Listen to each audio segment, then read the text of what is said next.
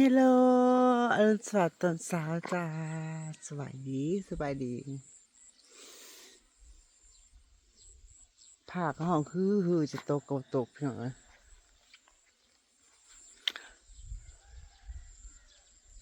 กะได้ยาวพี่น้องท่วมรังนกเขา ประมาณนี้เปิ้นเอิ้นว่ากะท่วมรังนกเขา นี่ไง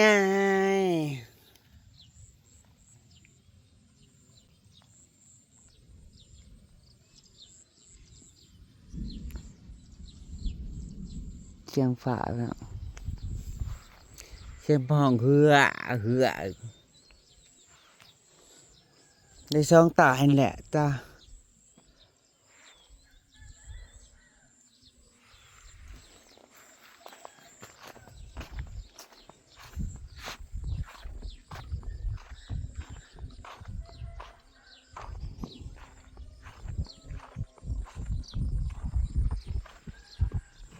เขาจะโดนสามตาทุกคนตกกาสามตาพอเลยข้าวโพดคุณแม่มาแต่พุ่นอ่ะได้ไงคือสัตว์ขึ้นกว่าของนางเนาะอันมันงามเด็มันได้พุ่นใบของนางมันยังเก่งเด่งสิหายังไปโรยมันอยู่หรอกสิหาพุ่นหาปุยไปโรยอยู่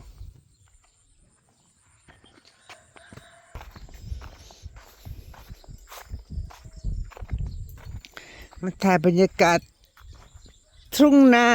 ให้พี่น้องเบิ่งนะจ๊ะนะแสดงทั้งพูดฝนตกเลยพี่น้องพวกกำลังโอ้เข้ามา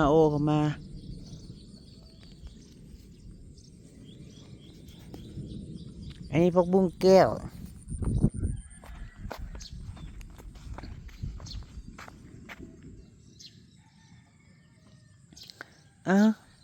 ไม่เลื่อนก็ยายมาเห็ดอย่างพากันเห็ดอย่างน่ะ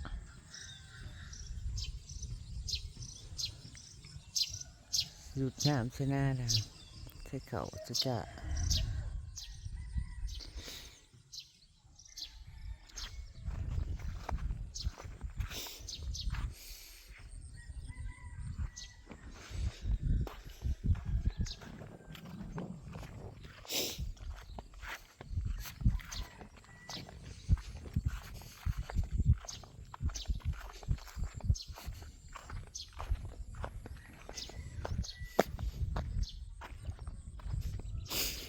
สรุปแล้วคอกหมูพญาเลินกับบ่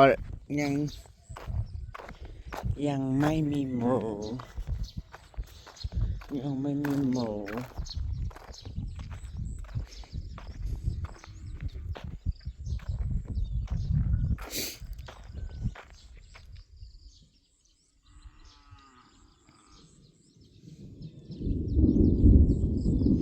ป๊อ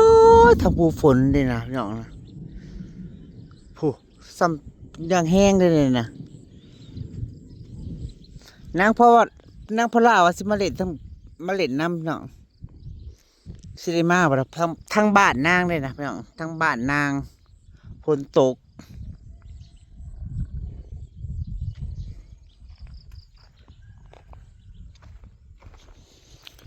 เพิ่นยามันเจือนแล้วเพิ่นเอาอันนี้มาปลูก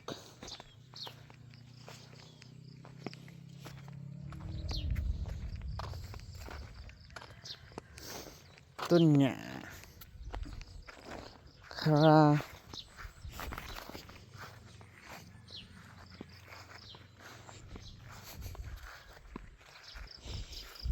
พระกะแยงออกระยังไปหาเก็บพระกะแยงก่อนใส่เกียงหรือไม่อ้าวฝนตกกะตอนนี้สองเถาตกกะ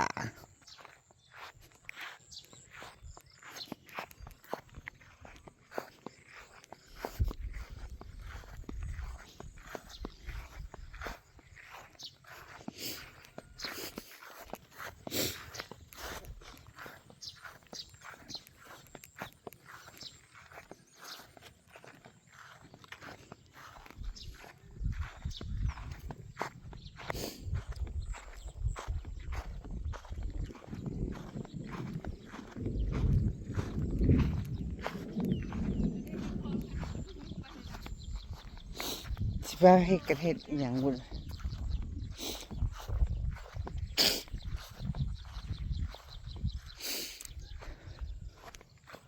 ย่างมาเพิ่นบ่เห็นพักกันแย่งเนาะพี่แท้เนาะสิแกงหน่อไม้ก็อยู่ก้นฟ้ายออกอยู่ซะ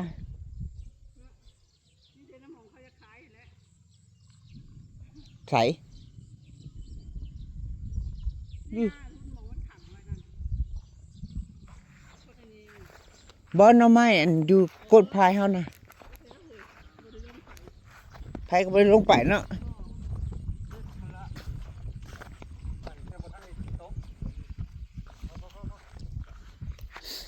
เอ้าพักกันเฮ็ดอีหยังพี่น้องเบิ่งเอา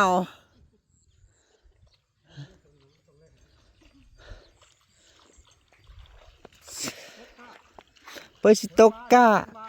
เฮ็ดให้ดินเฮ็ดให้ดินเพียงบ่ได้เฮ็ดหยัง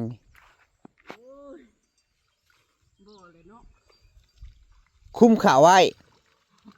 บ่พี่ยายฝนมาเดี๋ยวยายมันเชาะกันยังวะก็เลยคุ้มไว้แม่นโอ้บ่ได้ร้ายก็ได้หน่อยก็ยังดีมันบ่นะเพิ่นคุ้มเข่าเชื่อผมแก้วเลยบ่ปล่อยมันเซาะโลดจ้างมันก็บ่มาเฮ็ดอันนี้มันก็บ่มาออกนี่บ่ได้พัดบ่มาเฮ็ดปกปัดปกเฮือนแล้วพอบ่มา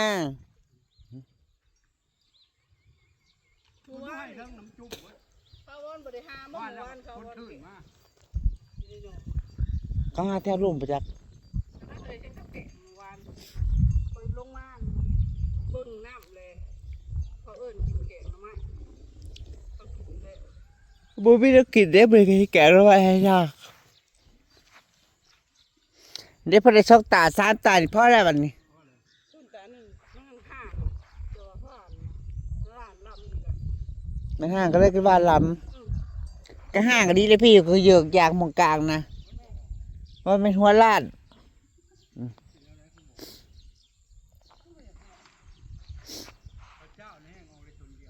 น่ะพระเจ้าเนี่ยออกไปชนน้ำพี่ไก่นี่ครับยุ่มบ้านพี่ไก่กันยังออกบางทีนี่มันบ่ออกข้าเจ้าบ่ให้นอนนะบ่ได้นอนนึงข้าเจ้าป้าดผีถ้าผู้พ้นมันโยดร่มเลยนะปิดข้องเงื่อยๆลงได้นะข้อฝนได้หนังเป็นเงื่อยๆลงนะ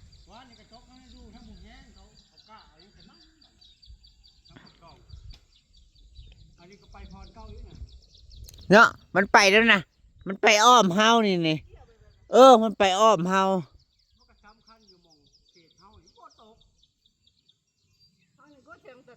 พวกเกี่ยวก้ามุ่งบ่ได้เอาลมบ่เสียงพลพี่เสียงพลอันนี้มันเป็นชายลงหมอกย่อยนี่บริไก่นี่พี่น้องบริไก่นี่แถวบ้านน้องนี่บ้านอันนี้บ้านน้องแต่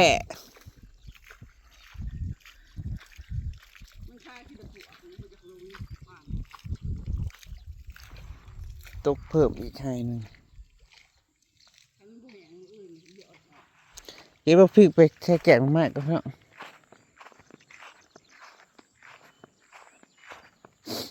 พริกมันแห้งแรงฮุบขึ้นแล้วฮุบลงอีกลงแล้วฮุบให้ขึ้นมาพันข้ารถน้ำมันตายแรกๆก็อยู่ในไอ้หน้าแต่มาเพิ่นขึ้นโคกมันฮุบลงอีก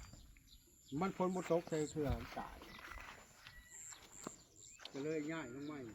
มันก็ติดอีก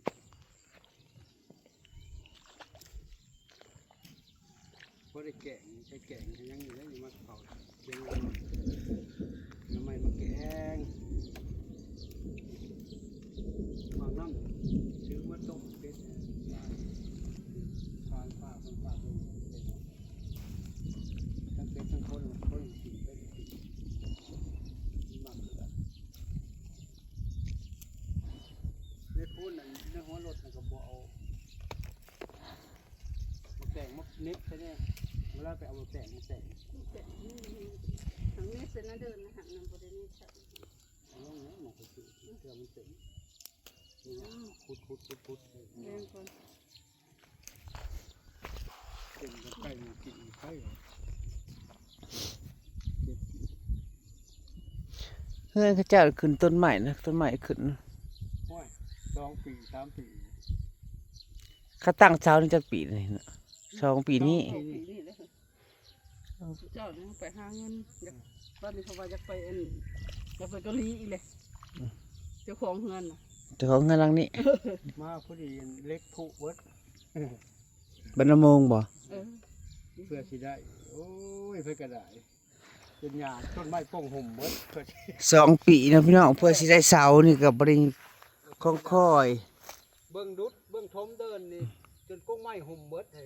จากที่บ่มีก้งไม้ ๆจากเมื่อก่อนก็เป็นเดินคือกันเนาะบ่ได้มีต้นหมอกต้นไม้ เป็นป่า เดี๋ยวเป็นป่าไม้นะดินตอนนี้พี่น้องดินคนในบ้านแหละของหมู่นางนี่แหละตอนแรกเพิ่นจะขายให้นางพี่น้องจะขายให้นาง30,000เพิ่นมาวัดตอนมาวัดอันเทศหัววัดมาวัดที่น่ะแล้วนางว่าเอาไหมเสียว30,000เสียวจกให้เลยบ่ถามผัวก่อนนางว่าบัดที่นางมาถามผัวเพิ่นว่ายังบ่ขายเพิ่นก็บอกว่าผัวบ่ขายก็นางก็บอกเอาบัดนี้นางจะขายบัดนี้มาฮอดมื้อหนึงนางจะขายนางมาบอกว่าเอาแม่สิขายนางว่าลีลาปากกระป๋องสิขายก็บ่ขายแต่แรกแต่ผู้แต่สิจกเงินให้ผู้บ่เอาก็เลยว่านางก็เลยไปขายผู้ใหม่เนาะ นางก็ลีลาแน่เลยเนาะเพราะเขาขะตอนนั้นชื่อว่าบ่ขาย เพิ่นบ่ให้ราคาเป็นอีกเด้ถามทวงราคาบ่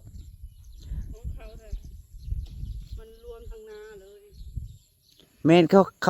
าขายทั้งนาทั้งนี้เขาก็เลยเอาทั้งนี้น้ หน้าเขาวัง ำนาก็ได้อยู่กลางทุ่งผู้โอ้ย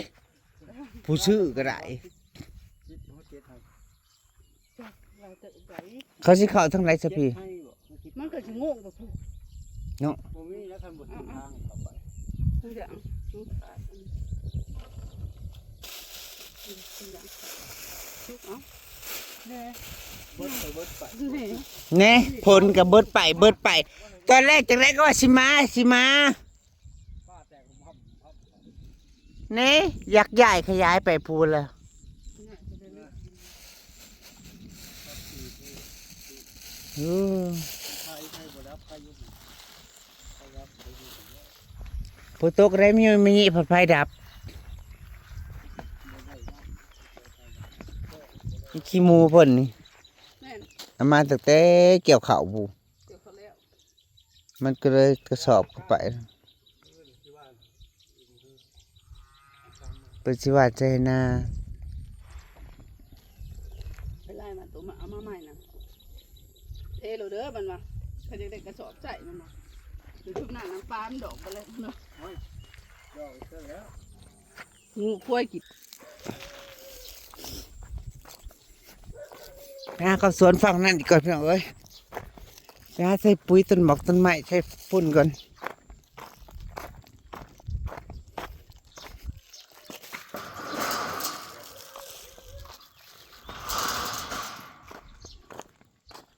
ถ้าเบิ่งน้ำใหม่หลังบ้านก็ออกโบก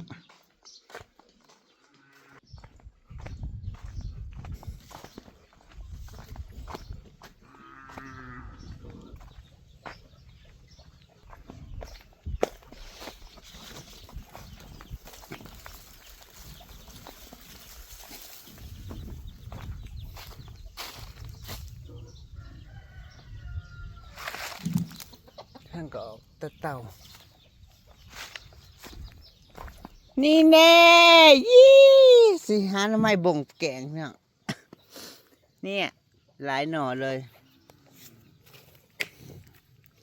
หลายหน่อเลยจ้า1 2มันสุ่มดิอันหน่อไม้บ่งที่นางปลูกเลยพี่น้องที่นางปลูกคือมันยังหน่อยว่าแถมสูงขึ้นนี่ประจักษ์เสียบเปลือก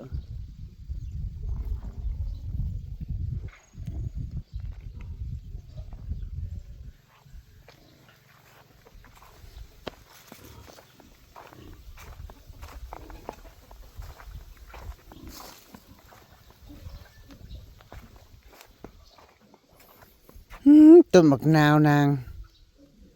แต่ว่ามันสิตายพี่น้องเข้มโพดเพ็มโคกันยังนางบ่ตายน้ำปูแต่เปลี่ยนหน่อยขี้หมูขาดไปขาดมา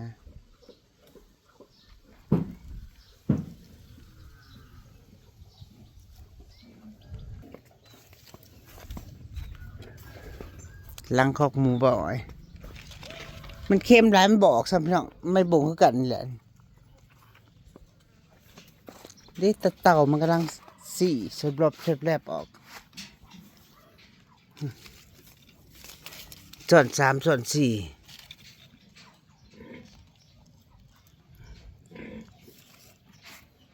ส่วนสามส่วนสี่เหงาหนึ่งลายนอกกับสาก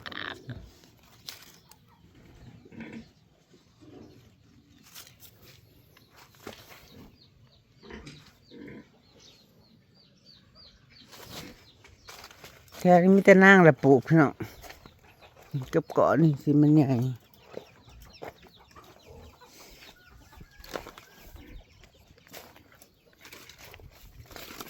โอ้ยบ่ได้มาพันเอาหนอนเนาะมันแห้งกระเดกนั่น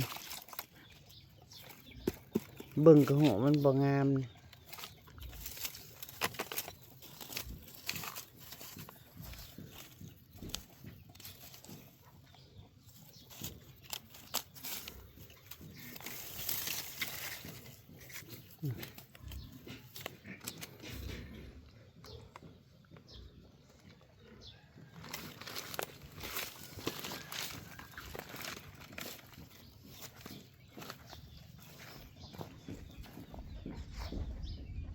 สวัสดีจ้าสวัสดีค่ะสวัสดี